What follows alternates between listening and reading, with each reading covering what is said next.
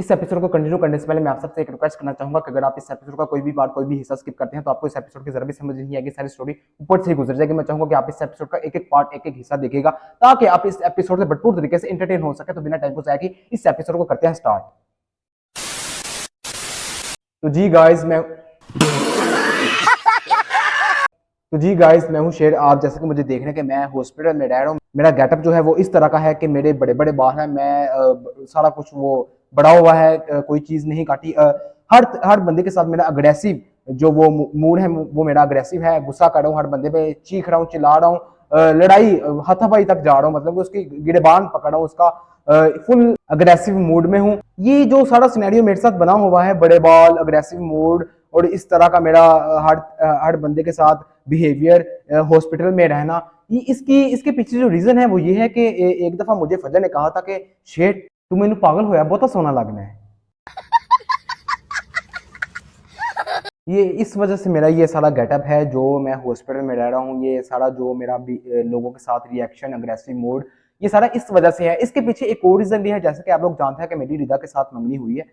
रिदा, जब भी मैं रिदा के साथ मिलता था, रिदा मेरे से हमेशा एक ही बात करती थी। मतलब जब भी मुलाकात तो हमारी कम ही हुई है, लेकिन जब भी हमारी मुलाकात हुई उसी शॉर्ट टाइम के अंदर रिदा ने मुझे बातें तो मजीद हुई हैं, लेकिन उन बातों में एक बात उसने हमेशा मुझे ये भी कही है।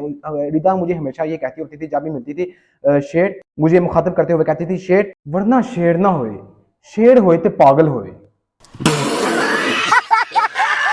ये जो इर्द गिर्द मेरे साथ सिनेरियो बना हुआ है ना, साथ में मुझे रिदा ये भी कहती थी कि शेर वरना शेर ना होए, शेर होए उन मक्खी बेंदी होए।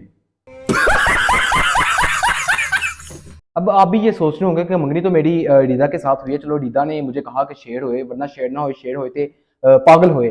चल उसी लिहाज से अगर मैं उसकी बात अमल कर रहा हूँ, वो बड़े बाल, सारा अग्रेसिव और पागल वाली हरकतें जो भी मैं कर रहा हूँ, चलो रिदा की तरफ से तो जो उसने कहा उसकी उस पर चलो मैं फॉलो से कर रहा हूँ, तो समझ में आता है कि क्योंकि मेरी रिदा के साथ मंगनी हुई है उसकी बात मैं मान रहा हूँ। लेकिन ये क्या चक्कर है कि मतलब कि जो मुझे फजर ने कहा है कि शेर तुम्हें पागल हुआ बहुत सोना लगना है, मैं उसी एक सेंटेंस के पीछे मैं अपने आप को रोल दिया, मैंने मतलब कि मैं अपने आप को पागल कर लिया सारा।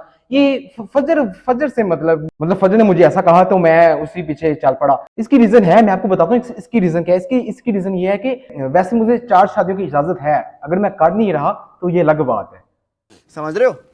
चलो मैं आपको बता ही देता हूँ कि सारा के लिए सारा ने मुझे कहा कि शेर तुम मुझे पागल अच्छे लगते हो, मैं उसी को मतलब अच्छा लगने के लिए मैं पागल बना हुआ हूँ। मैं उसकी रीजन बता देता हूँ कि मैं ऐसा क्यों कर रहा हूँ।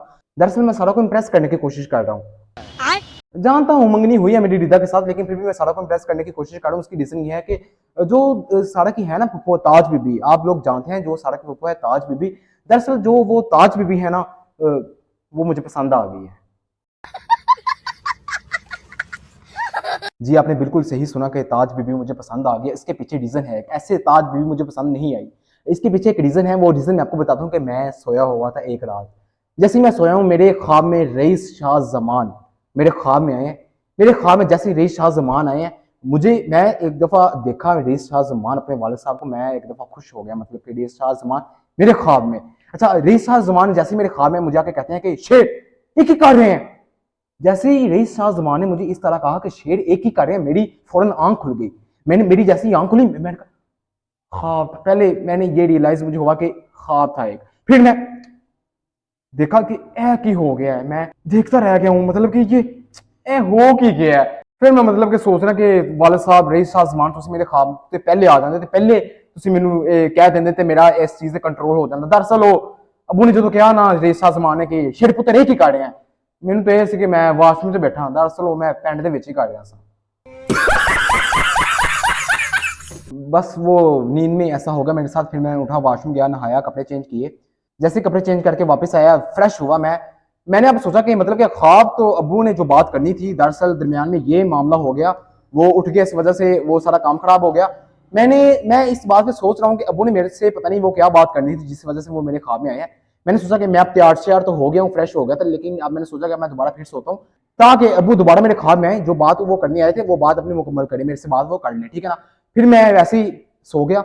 जैसे मैं सोया, अबू जान रईस शाह जमान मेरे ख्वाब में फिर आए। जैसे मेरे ख्वाब में रईस शाह जमान आए, मुझे कहते कि शेर पुत्र मैंने तुमसे एक बात करनी है। मैंने कहा जी जी मुझे आइडिया है, इसी वजह से मैं दोबारा सोया हूँ। नहा के मैं फ्रेश हो गया था, लेकिन मुझे आइडिया था कि आपने मेरे से कोई बात जरूरी करनी है, इसी वजह से मैं दोबारा सो गया। मैंने कहा जी जी बताएं आपने क्या बात करनी है मेरे से। आगे से रेश शाहजमान मुझे कहते हैं कि शेर जैसे कि तू नहीं जानता, मैं जानता हूँ इस चीज को, तू नहीं जानता, मैं वो बात तेरे तक पहुंचाने आया हूँ। जो हमारे दुश्मनों का गढ़ है, फजर लोगों का गढ़, मुझे इस चीज का आइडिया हो गया था कि जो दुश्मन कह रहे हैं वो हमारे फजर लोग, मतलब कि उन्हीं से हमारी काफी पुरानी दुश्मनी चल रही है, ठीक है ना। मुझे मेरे वाले साहब रईस शाहजमान मुझे कहते हैं कि शेर पुत्र, जो हमारे दुश्मनों का गढ़ है, ठीक है ना, उस घर में एक औरत रहती है जिसका नाम है ताज बीबी। मैं उसे बचपन से पसंद करता हूँ। सिर्फ ये ही नहीं कि मैं उसे पसंद करता हूँ, वो भी मुझे बचपन से पसंद करती है। हम दोनों एक दूसरे से प्यार मोहब्बत करते थे।